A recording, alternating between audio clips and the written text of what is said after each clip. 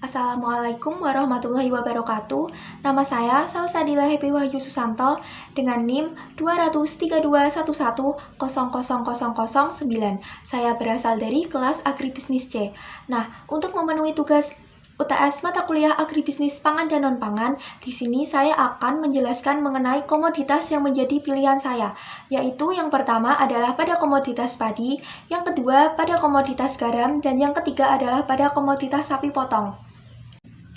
Menurut artikel dari Kompaspedia, bahwa kebijakan swasembada pangan di negara Indonesia itu sudah dicanangkan pada masa pemerintahan Presiden Soekarno, di mana pada saat itu kebijakan swasembada pangan menitik beratkan pada kebutuhan pokok, yaitu salah satunya adalah beras, di mana hal itu disesuaikan oleh kondisi pada bangsa Indonesia yang masih terpuruk. Adapun masalah mengenai komoditas padi, yaitu salah satunya mengenai minimnya anggaran sektor yang ditandai dengan tidak adanya perbaikan dalam rangka mengatasi kekurangan subsidi seperti pupuk pada petani.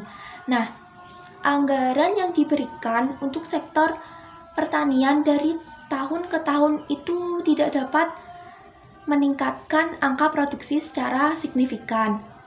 Berdasarkan permasalahan yang ada pada komoditas padi, maka solusi yang sebaiknya diterapkan pertama kali oleh pemerintah yaitu adalah menaikkan anggaran pada sektor pertanian, di mana sebagian anggaran untuk sektor pertanian yang telah dinaikkan tersebut dapat digunakan untuk meningkatkan dan melaksanakan pada strategi pengelolaan tanaman terpadu atau PTT pada padi sawah. Nah, sehingga hal tersebut dapat meningkatkan pada kualitas dan kuantitas produksi beras yang ada di Indonesia. Sementara jika permasalahan tersebut dikaitkan dengan kondisi pada pertanian komoditas padi di luar negeri, salah satunya adalah pada negara Thailand, yaitu produktivitas pertanian utamanya pada komoditas padi di negara Thailand itu sudah bisa dikatakan maju karena adanya dukungan dari teknologi ataupun permesinan yang canggih. Nah, oleh sebab itu, pertanian padi di negara Thailand mampu menghasilkan panen sebanyak 1-5 kali dalam setahun. Nah, ini berbeda jika dibandingkan dengan di negara Indonesia, yaitu yang hanya bisa panen dalam kuantitas 1-2 kali dalam setahun. Selanjutnya yang kedua yaitu pada komoditas garam.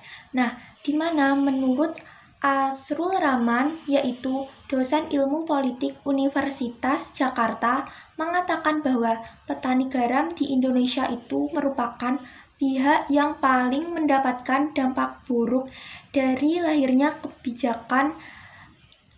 kebijakan impor garam lewat Permendak nomor 125 tahun 2015, di mana isi muatan Permendak atau Peraturan Menteri Dalam Negeri tersebut yang dianggap tidak pro atau tidak mendukung kepada petani yang menjadi buruknya Permendak tersebut dilahirkan. Adapun beberapa masalah mengenai komoditas garam ini salah satunya yaitu mengenai kebijakan negara Indonesia dalam mengimpor garam, di mana dosen dan peneliti sosial ekonomi perikanan Universitas Gadjah Mada, yaitu Pak Suwadi, menjelaskan bahwa capaian produksi garam nasional yang paling tinggi adalah pada tahun 2015, yaitu sebesar 2,9 juta ton. Sedangkan kebutuhan garam nasional itu sendiri lebih dari 4 juta ton.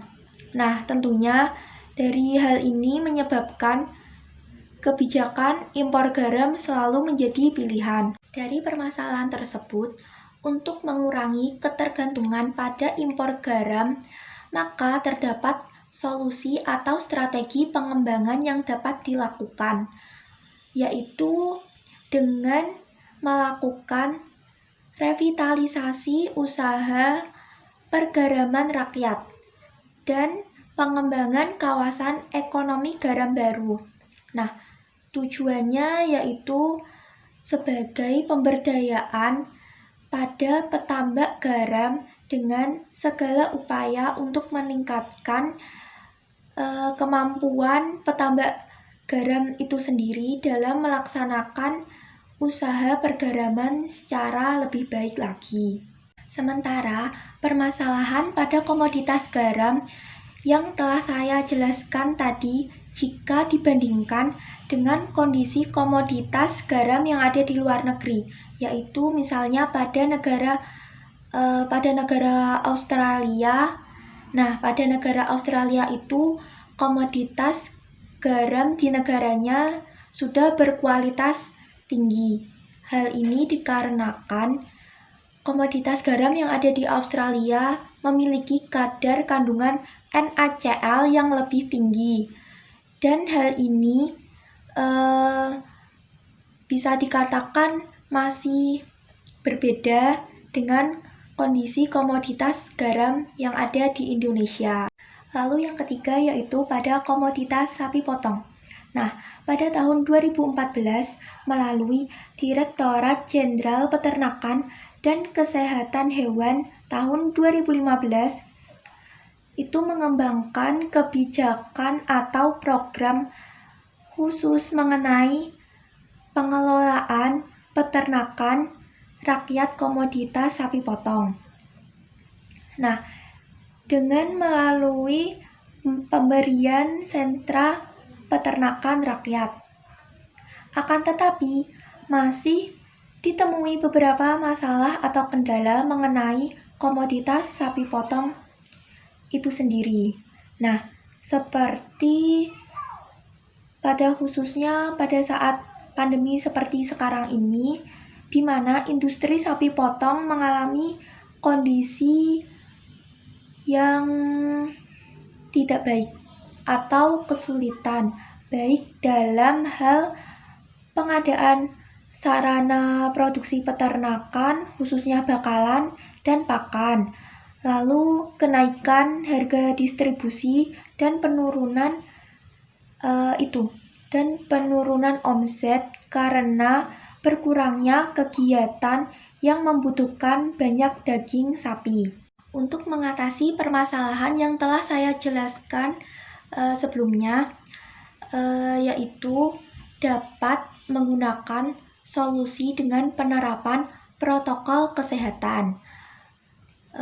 Lalu pada efisiensi produk, inovasi produk melalui pengolahan hasil dan inovasi pemasaran secara daring atau online. Sementara jika permasalahan yang telah saya jelaskan tersebut dibandingkan dengan kondisi komoditas sapi potong yang ada di luar negeri, yaitu salah satunya adalah pada negara Australia, di mana pada negara Australia itu kondisi sapi potongnya itu mendapatkan dari peran pemerintah yang sangat mendukung pada peternak sapinya, atau bisa dikatakan pro kepada peternak sapi di Australia. Nah, pemerintah itu sangat mendukung terhadap apa yang dibutuhkan oleh para peternak. Saya akhiri. Wassalamualaikum warahmatullahi wabarakatuh.